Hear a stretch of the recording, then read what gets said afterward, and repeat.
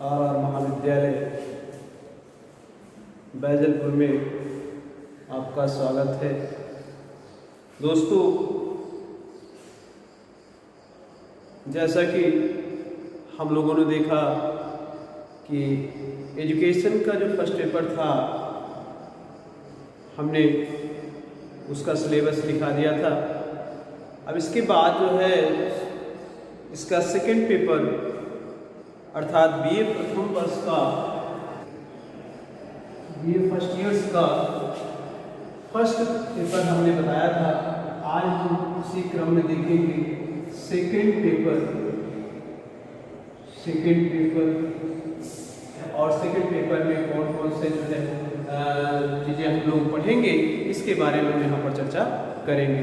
तो आइए जो है एजुकेशन सेकंड पेपर का जो है इस पर विचार किया जाएगा कि इसमें जो है आपका जो पेपर है वो एजुकेशनल साइकोलॉजी है, जो शिक्षा मनोविज्ञान के नाम से जाना जाता है। फर्स्ट पेपर आपका था शिक्षा सिद्धांत, थ्योरी ऑफ एजुकेशन या शिक्षा क्या है, इस पर हमने चर्चा किया था। और आज जो है शिक्षा मनोविज्ञान को, जो शिक्षा मनोविज्ञान का पेपर है सेकंड पेपर, उस पर जो है किन किन बिंदुओं को हम पढ़ेंगे उस पर आप यहाँ पर हम चर्चा करेंगे। तो आइए हम सबसे पहले सिलेबस को देखें जो इसके यूनिट फर्स्ट में आपका है। यूनिट फर्स्ट में जो दिया गया है वो है एजुकेशनल साइकोलॉजी अर्थात शिक्षा मनोविज्ञान।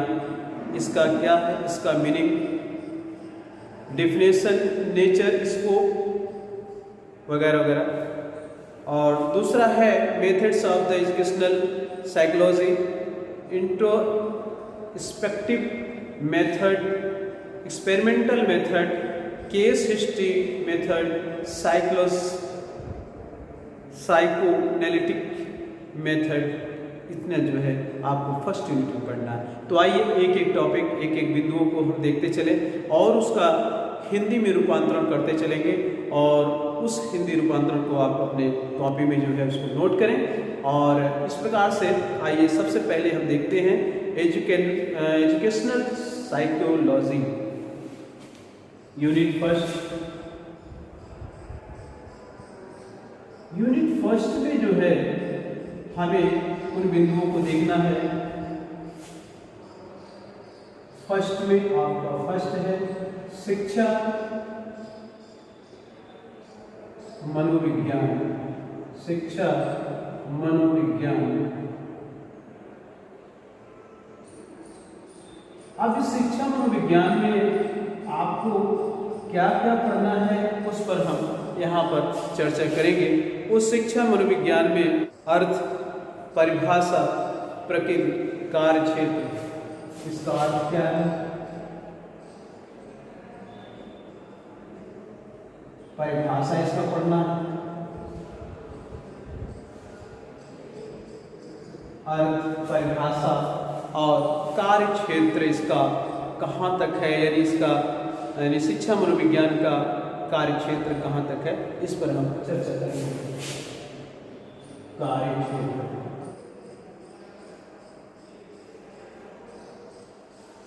ठीक। तो कार्य क्षेत्र में हम शिक्षा मनोविज्ञान के बारे में जो है चर्चाएं करेंगे। अगला टॉपिक है मेथड ऑफ एजुकेशनल अर्थात शिक्षा मनोविज्ञान का मेथड क्या है। और उसके बाद जो है psychology, introspective method, experimental method क्या है, इस पर जो है इसका हिंदी रूपांतरण हम करते हैं कि शिक्षा मनोविज्ञान का जो है शैक्षिक मनोविज्ञान के तरीके, आत्मनिरीक्षणविद, प्रायोगिकविद, केस इतिहासविद, मनोविश्लेषणविद इत्यादि। ठीक है, तो इस प्रकार से शिक्षा के माध्यम से शैक्षिक मनोविज्ञान के तरीके। दूसरा है शैक्षिक मनोविज्ञान, शैक्षिक मनोविज्ञान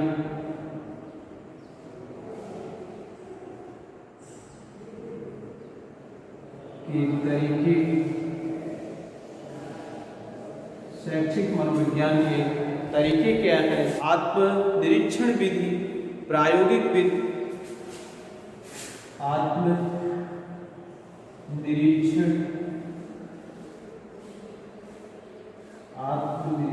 विधि,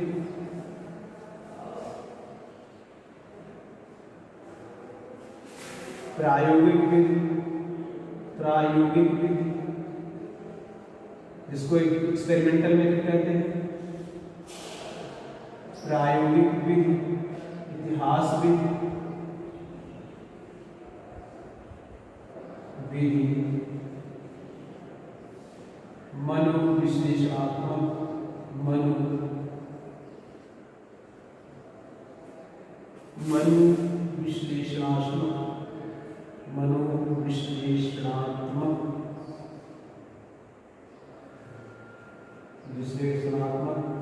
विधि।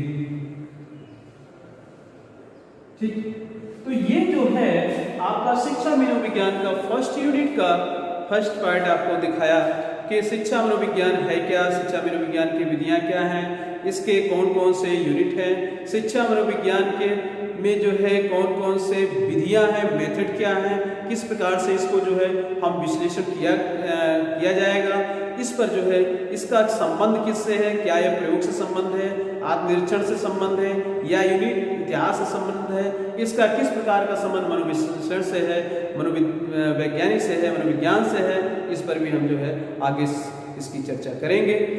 आइए फिर अगला देखते हैं यूनिट सेकंड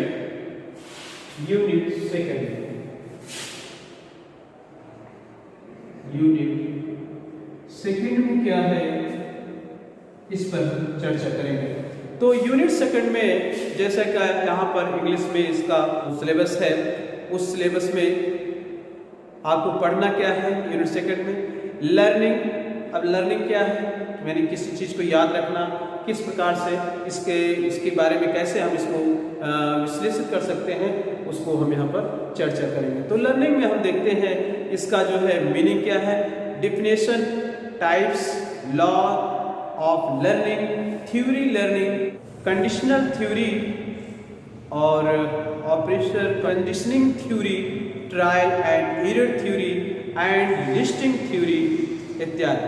तो इस प्रकार से इसका अगर हम लोग हिंदी रूपांतरण करें तो सबसे पहले आपको सेकंड यूनिट में यह दिखाएगा कि लर्निंग क्या है, व्हाट इज द लर्निंग, यानी सीखना क्या है। तो इस प्रकार से हम इसका विश्लेषण करते हैं। लर्निंग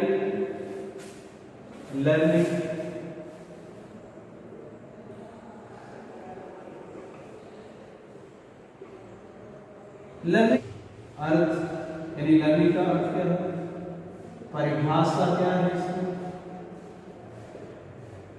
साथ में प्रकार क्या है। ठीक है, तो अर्थ, परिभाषा और प्रकार। सीखने के नियम, आइए आप देखते हैं, सीखने के नियम,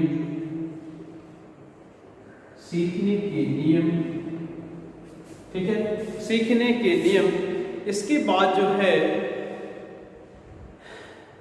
सिद्धांत, सीखने के सिद्धांत में कौन कौन सा है, सीखने के सिद्धांत में जो है शास्त्रीय कंडीशन सिद्धांत, ऑपरेशन कंडीशनिंग सिद्धांत, परीक्षण और त्रुटि का सिद्धांत, अंतर्दृष्टि सिद्धांत इत्यादि।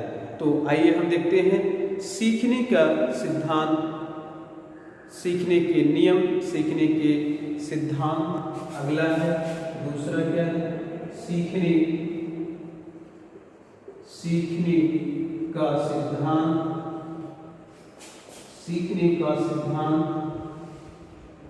ठीक है। अब सीखने के सिद्धांत में कौन कौन से सीखने का सिद्धांत है उस पर हम चर्चा करेंगे। तो कंडीशनिंग सिद्धांत, यानी वह स्थिति क्या है, इसको सीधे सीधे लिखेंगे कंडीशनिंग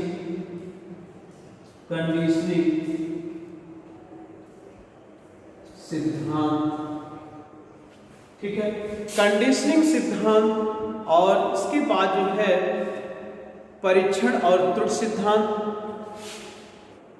परीक्षण और त्रुटि सिद्धांत। इसके बाद हम देखेंगे परीक्षण और त्रुटि सिद्धांत, अंतर्दृष्टि का सिद्धांत।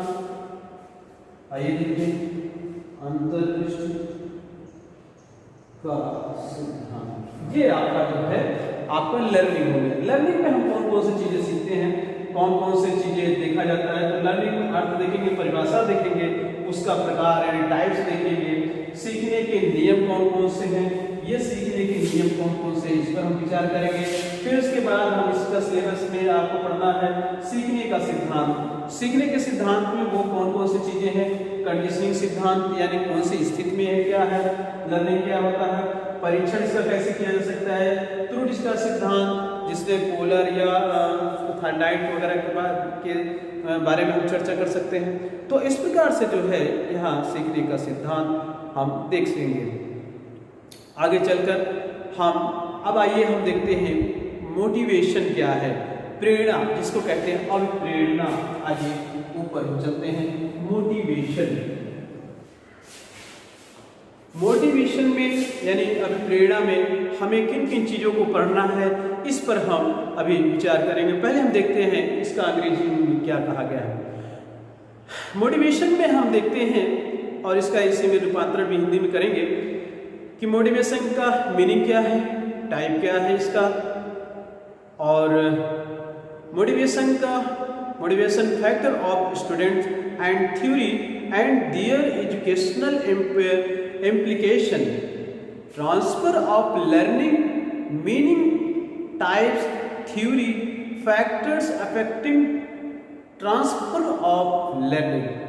ये हो गया यानी सीखने के सिद्धांत को किस प्रकार से एक दूसरे को ट्रांसफर किया जाता है, उस चीज को यहाँ पर हम देखेंगे। फिर आपका यूनिट 3 में देखेंगे कि पर्सनालिटी क्या है, मीनिंग इसकी क्या है, टाइप्स और इम्पोर्टेंस, पर्सनालिटी का महत्व और इसके प्रकार। तो आइए इसका हम सबसे पहले इसको हिंदी में रूपांतरण देखते हैं कि अभिप्रेरणा क्या है यानी प्रेरणा। तो सबसे पहले आइए देखते हैं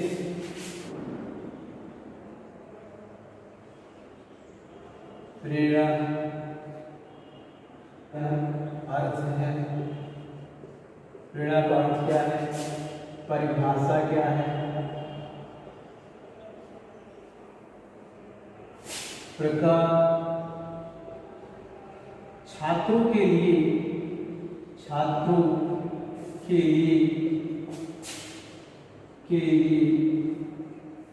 प्रेरक कारक, छात्रों के लिए प्रेरक कारक और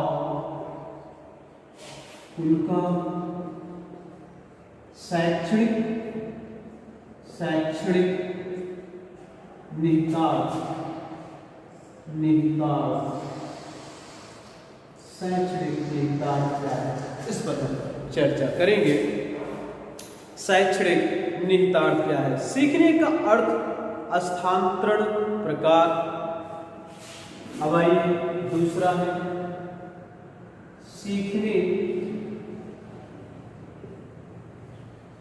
का अर्थ,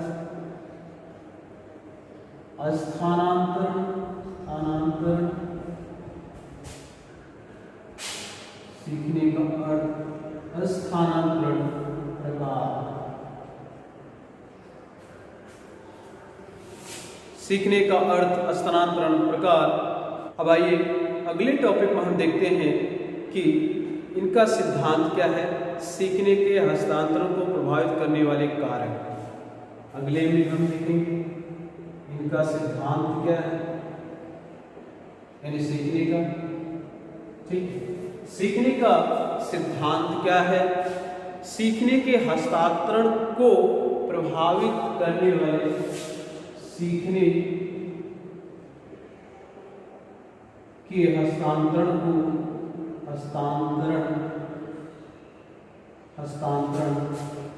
को प्रभावित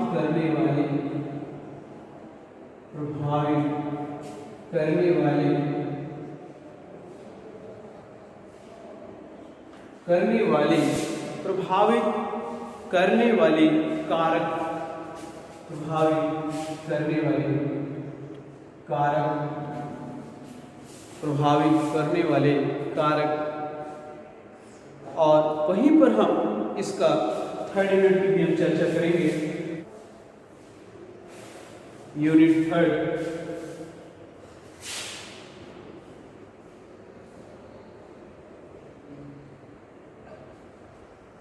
यूनिट थर्ड में सबसे पहले हम देखेंगे किसमें व्यक्तित्व, अर्थ और महत्व, जिसकी हम अभी चर्चा की है। उसके पहले तो व्यक्तित्व मतलब होता है पर्सनालिटी।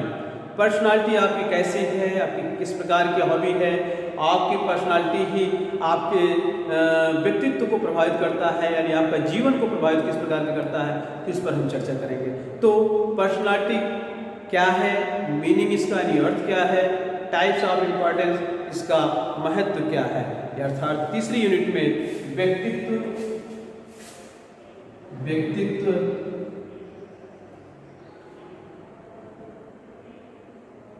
अर्थ तथा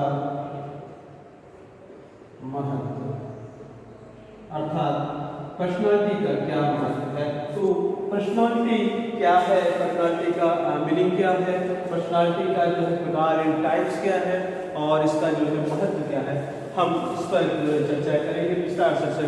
क्योंकि पर्सनालिटी एक ऐसा चैप्टर है जहाँ से आपका जीवन में एक क्रांतिकारी परिवर्तन लाता है, और यही एक ऐसा टॉपिक्स है जो आपके जीवन को ही बदल देता है। आपको यह चैप्टर शिक्षक के द्वारा शिक्षार्थी के जीवन में परिवर्तन ही ला देता है। वो ऐसा ही एक चैप्टर है जो फर्स्ट कदम जब इस पर रखता है इस विद्यार्थी, तो किस प्रकार से इसके जीवन में परिवर्तन आता है, किस प्रकार से उसके हॉबी में परिवर्तन आता है, किस प्रकार से पर्सनालिटी में परिवर्तन आता है, तो इसी प्रकार से जो है इसका अगले टॉपिक में आपका देखिए individual difference and there educational importance, अर्थात विभिन्नता क्या है, व्यक्तिगत विभिन्नता क्या है, यानी हर व्यक्ति के अंदर अलग अलग जो है विचारधाराएं होती है, हर व्यक्ति के अंदर अलग अलग जो है पर्सनालिटीज होती है, हर व्यक्ति के अंतर्गत अलग अलग हॉबीज होती है। तो इसीलिए इसको कहते हैं कि इंडिविजुअल, जब इसको पढ़ाया जाएगा इस पर विचार काफ़ी गहन चर्चाएं होंगी कि individual difference and there educational importance, यानी इसको शिक्षा में इसका क्या महत्व है। तो आइए अगले टॉपिक में हम देखते हैं कि व्यक्तिगत अंतर और उनका शैक्षिक महत्व।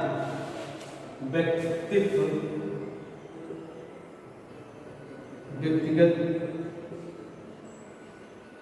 अंतर एवं उनका शैक्षिक महत्व,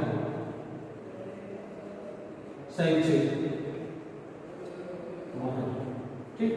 तो शैक्षिक महत्व क्या है, इस पर हम जो है विचार करेंगे। अब आइए अगले टॉपिक में हम चलते हैं, और वो टॉपिक है इंटेलिजेंस, अर्थात बुद्धिमत्ता क्या है, व्हाट इज द इंटेलिजेंस क्या है, बुद्धिमत्ता क्या है, यानी एक व्यक्ति और दूसरे व्यक्ति में कितने बुद्धियों का अंतर होता है, इस पर भी हम जो है विस्तार से चर्चा करेंगे। तो आइए इसका सिलेबस नोट करते हैं। Intelligence meaning, theories and their use of educational, अर्थात शिक्षा में इसका क्या उपयोगिता है, उस पर हम विचार करेंगे। तो आइए बुद्धिमत्ता का अर्थ, अगले टॉपिक बुद्धिमत्ता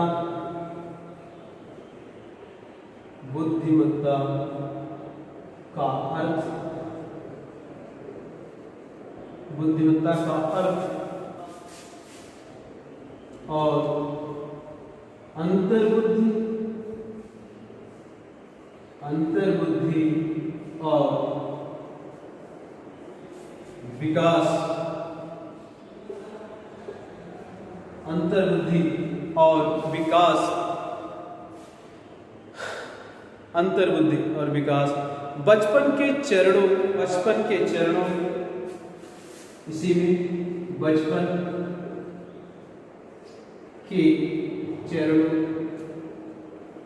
बचपन के चरण कहने का मतलब है बचपनावस्था, युवावस्था, प्रौढ़ावस्था, इन चरणों में कैसी स्थितियाँ होती है, किस प्रकार की बुद्धि में विकास होता है, किस प्रकार का शारीरिक विकास होता है, उन सब के बारे में जो है विशेष रूप से यहाँ पर चर्चा की जाएगी। तो इसीलिए कहा कि यहाँ पर जो सिलेबस में दिया गया है कि बचपन के चरण अर्थात बचपन, किशोरावस्था,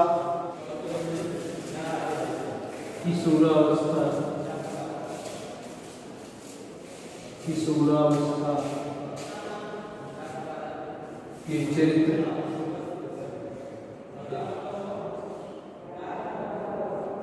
किशोरावस्था के चरित्र,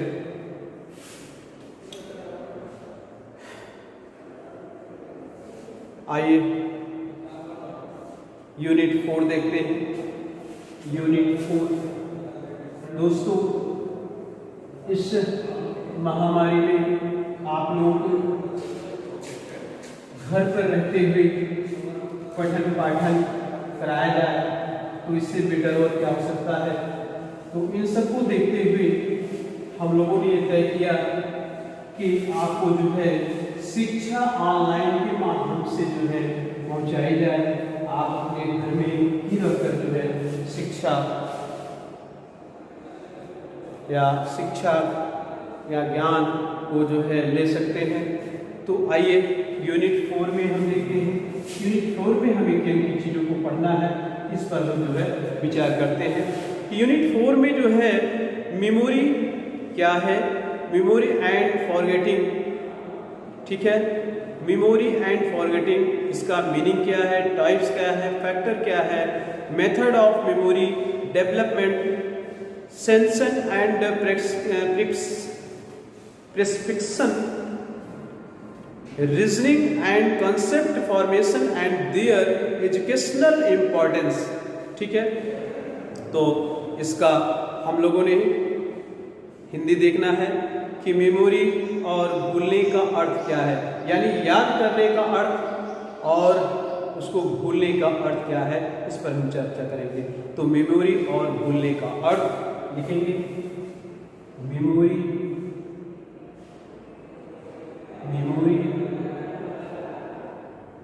और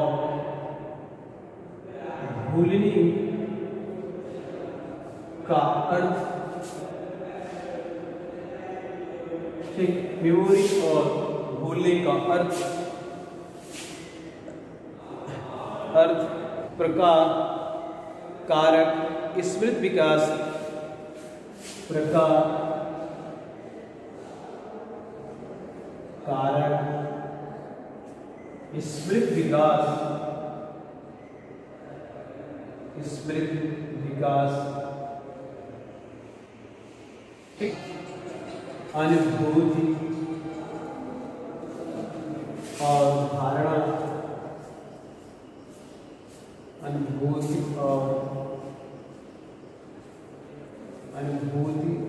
और धारणा,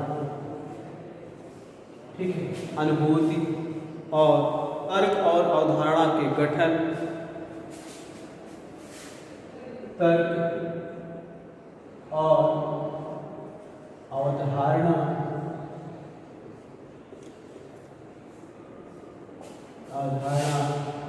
के गठन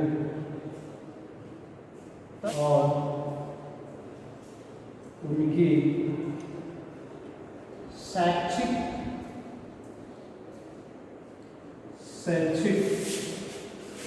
महत्व के तरीके, शैक्षिक महत्व के तरीके, शैक्षिक महत्व के लिए तरीके, अन्याय और मानसिक होमोजेन,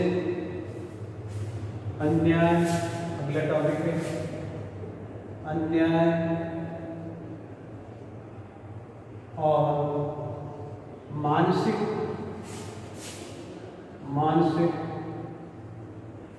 होमोजेन,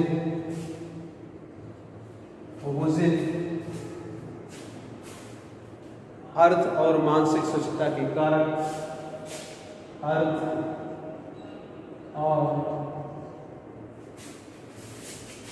मानसिक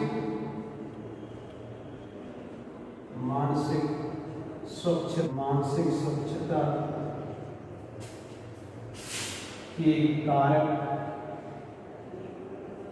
मानसिक स्वच्छता के कारक, प्रभाव कारक और इफेक्ट यानी प्रभाव।